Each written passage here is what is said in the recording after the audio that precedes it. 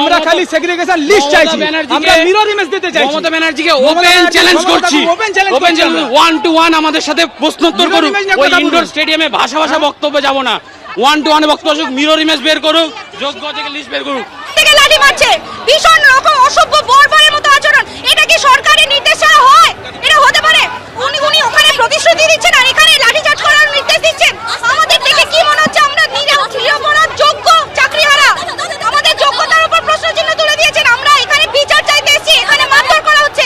আমাকেও মেরেছে, আমি আমার সহযোদ্ধা থেকে ছেড়ে যাব না, মেরে ফেললেও যাব না। ওদেরকে বাচ্চা থেকে আমাকে মেরেছে, আমি কাউকে ছাড়বো না। সব জায়গায় মেরেছে, এগুলো সব মেরেছে, কে কেউ মেরেছে। আমি আমার সহযোদ্ধা থেকে জীবন থাকতে ছেড়ে যাব না। কত পুলিশ আছে, কত জল কামান আছে, কত লাঠি আছে দেখে নেবো। লাশের উপর দিয়ে ওদেরকে ন্যায় দিতে হবে, লাশের উপর দিয়ে। দেখছি কার কথা।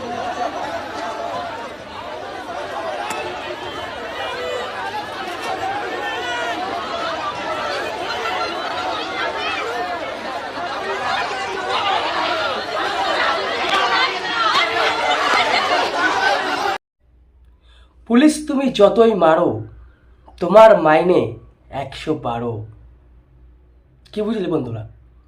পুলিশ তুমি যতই মারো তোমার মাইনে 112। তো রাম রাম বন্ধুরা, তোমরা কেমন আছো অবশ্যই কিন্তু কমেন্টে জানাতে পারো। তা কি হচ্ছে আমাদের পশ্চিমবঙ্গে, কি হচ্ছে বন্ধুরা?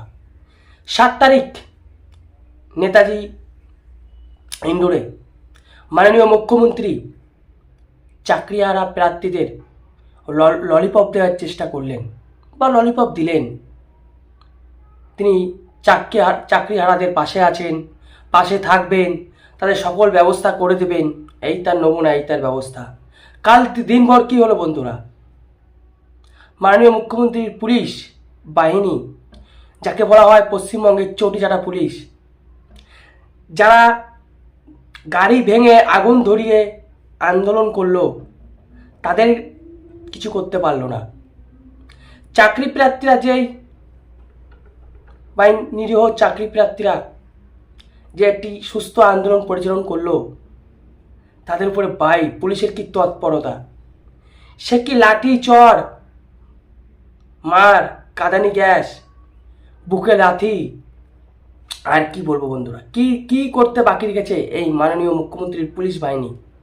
মানে দেখে তো মনে হচ্ছিল ভাই এরা চাকরি প্রার্থী না, তো দেখে এমনটাই মনে হচ্ছিল এরাই তো আসল দোষী, এরাই তো ভাই জঙ্গি, এরাই চোর ডাকাত, এরাই তো সব গন্ডগোল করছে পশ্চিমবাংলায়।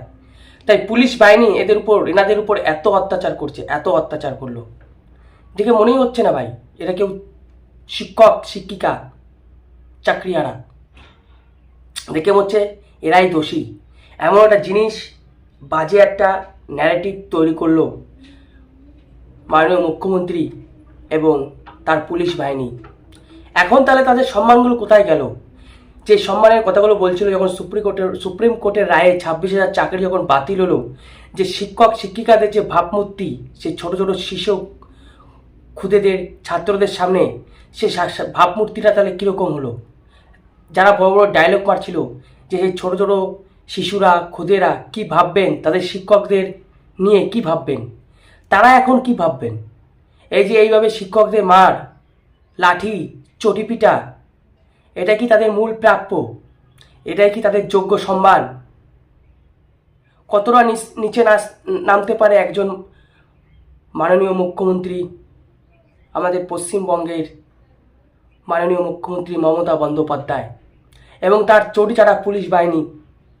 দেখো, পুলিশদেরও একটু বোঝা উচিত যে এরা কোনো ভাই দোষী নয়, এরা কোনো লুটেরা নয়, এরা কোনো চোর ডাকাত বদমাস রেপিস্ট নয়, এরা কিন্তু যোগ্য, আমি যোগ্য বলেই বলছি বন্ধুরা, যোগ্য শিক্ষা প্রার্থী, যার বলি হয়েছেন মাননীয় মুখ্যমন্ত্রীর দ্বারা। অবশ্য এখানে মাননীয় মুখ্যমন্ত্রীর কোনো দোষ নেই, যত দোষ পশ্চিমবঙ্গের জনগণের। আরেকটি দিন না সুযোগ, 2026-এ তো আছে লোকসভা না বিধানসভা ভোট, যাই বটে মুখ্যমন্ত্রীর ভোট, আরেকটি বার দিন না মাননীয় মুখ্যমন্ত্রীকে সুযোগ করে দেওয়ার জন্য, যাতে এরকম শিক্ষকদের উপর এরকম মানে পুলিশের তৎপরতা আরও বাড়ে, আরও মার গুঁতো খায়। এটাই তো তাদের যোগ্য জবাব, এটাই তো তাদের যোগ্য প্রাপ্য মানে একদম সুনির্দিষ্ট জিনিস। এখন সেই ছোট ছোট শিশু ক্ষুদেরা কী ভাববে? যে স্কুল থেকে একদিন তারা কেঁদে কেঁদে বেরিয়ে গেছিল, সেই ছাত্ররা খুদে খুদে ছোট ছোট ছাত্ররা কী ভাববে যে এইভাবে আমাদের শিক্ষককে মারা হচ্ছে? দেখে মনে হচ্ছে মানে রাস্তার কুকুরদের এইভাবে মারা হয় না, যেভাবে মারা হলো। আগামীকাল মাননীয় মুখ্যমন্ত্রী পুলিশ বাহিনী তিনি কিন্তু হয়তো তিনি ভাবছেন এই মারধর করে তাদেরকে মানে মুখ বন্ধ হয়ে যাবে, তাদের মুখ বন্ধ করা যাবে, কিন্তু আমরা সেটা করতে দেব না। তোমরা যে ভুলটা করেছো, কয়েকশো কোটি টাকা নিয়ে দরিদ্র মানুষের চাকরি চুরি করেছো তোমাদের বিচার তো হবেই। এবং এই আন্দোলন যে আরও বড়সড় আন্দোলন হবে সেটা কোথাও না কোথাও কিন্তু কালকেই কিন্তু প্রমাণিত হলো। তাই রীতিমতো হুমকি দিচ্ছে, হুমকি দেওয়ারই তো কথা যে এই মুখ্যমন্ত্রীকে 2026-এ হারাবো এবং তাকে টেনে নেওয়াবো।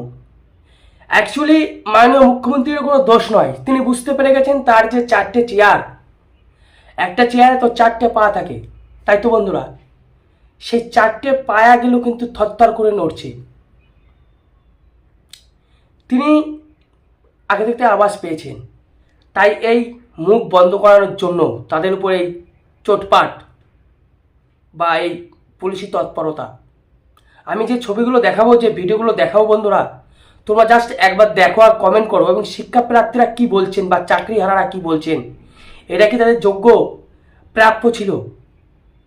তিনি তো বলেছিলেন নেতাজি ইন্ডোর থেকে যে তারা সবসময় চাকরি প্রার্থীদের বা চাকরিহারাদের সঙ্গে আছেন।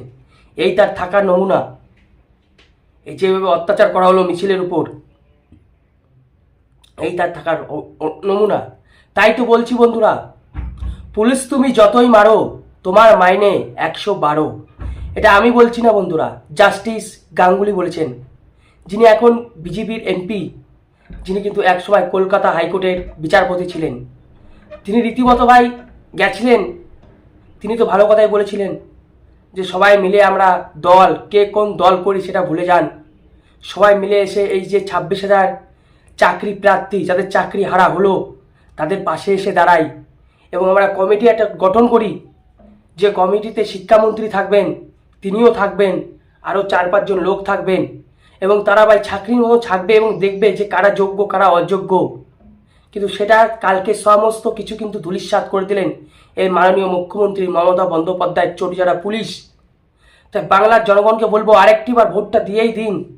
ওই 2,1200 টাকার লক্ষ্মী ভাণ্ডারের লোভে যদি আরেকটা কোনো চাকরির প্যানেল যদি বাদ করতে যদি পারো, তোমরা যারা আন্দোলন করলো, পুলিশের গাড়ি ভাঙলো, তাদেরকে কিছু বলতে পারলো না পুলিশ। কাদেরকে বলছে? যারা নিরীহ চাকরি প্রার্থী, যারা ভাই সারাটা জীবন ধরে পড়াশোনা করে চাকরিটা পেল, আর আজকে তারা পুলিশের হাতে এমন কেলানি খাচ্ছে, এমন মার খাচ্ছে, মনে হচ্ছে তারাই সব থেকে বড় দোষী, তারাই সব থেকে বড় দোষী। একদম মানে আর কতটা নিচে নামতে পারেন একজন মাননীয় মুখ্যমন্ত্রী? আর তাদের নেতাদের ভাষণ তো এমন দিচ্ছেন মনে হচ্ছে তারা তো ধোয়া তুলসী পাতা। তৃণমূল সরকার এবং তৃণমূল সরকারের পার্টির নেতারা, তারা হচ্ছে ধোয়া তুলসী পাতা। যত দোষ নন্দ ঘোষ বিরোধী দলনেতা, তারাই কেস করছে, তারাই এই 26,000 চাকরি খেয়ে নিয়েছে। চুরি করলেন আপনারা, দোষ পোয়াচ্ছেন আর একজনা। চোরের মায়ের বড় গলা বলে শুনেছি আমরা, এতদিন শুনেছিলাম চোরের মায়ের বড় গলা, এখন তো দেখছি ভাই চোরের মায়ের আরও কত কি গলা রয়েছে। তাদের কি দুঃসাহস, তাদের কি তাণ্ডব নীলা। জাস্ট ভিডিওগুলো একবার দেখুন, তারপর তোমরাই কমেন্টে জানাও এটা কোন পশ্চিমবঙ্গ, কোন পশ্চিমবঙ্গে আমরা বসবাস করি, এবং তিনি কে, কোন মুখ্যমন্ত্রী যিনি 15 বছর ধরে রয়েছেন আমাদের কলকাতার নবান্নের গদিতে। তার কি এবার বিদায় ঘণ্টা বাজছে? তাও কিন্তু কমেন্টে জানাও, কারণ মানুষের মাথা যদি ঠিক না থাকে তাহলে কিন্তু এই সব গন্ডগোল হতে থাকে। আর তারই নমুনা হচ্ছে মাননীয় মুখ্যমন্ত্রী। আর সব থেকে আজ মানে একটা জিনিস লক্ষ্য করছেন বন্ধুরা, এই যে 26,000 চাকরি গেল, আমাদের পশ্চিমবঙ্গের ভাইপো অভিষেক ব্যানার্জি, তার একটাও কিন্তু বক্তৃতা আসেনি। এর আগে তিনি কত বক্তৃতা করেছেন। যদি প্রমাণিত হয় আমাকে ফাঁসির মঞ্চে নিয়ে যেতে হবে না, আমি ফাঁসির মঞ্চে ফাঁসি নিয়ে নেব। এখন তার বক্তব্য কোথায়? এই যে পুলিশের যে ভূমিকা, যে মারা হলো মাননীয় অভিষেক বন্দ্যোপাধ্যায়, তিনি এখন কি বলছেন? তার বক্তব্য কোথায়? তার বক্তব্য ভাই আমি গুগলে গিয়েও সার্চ করে খুঁজে পাচ্ছি না। তোমরা যদি কেউ পেয়ে থাকো বন্ধুরা আমাকে একটু জানাও। আর যে ভিডিও দেখাবো সেই ভিডিওটা দেখো, তারপর বলো পুলিশ এত তৎপর কি করে হয়ে গেল। আর কি বলবো বন্ধুরা, তোমরা আমার থেকে ভালো বোঝো, জাস্ট আমি খালি এটুকুই বলছি।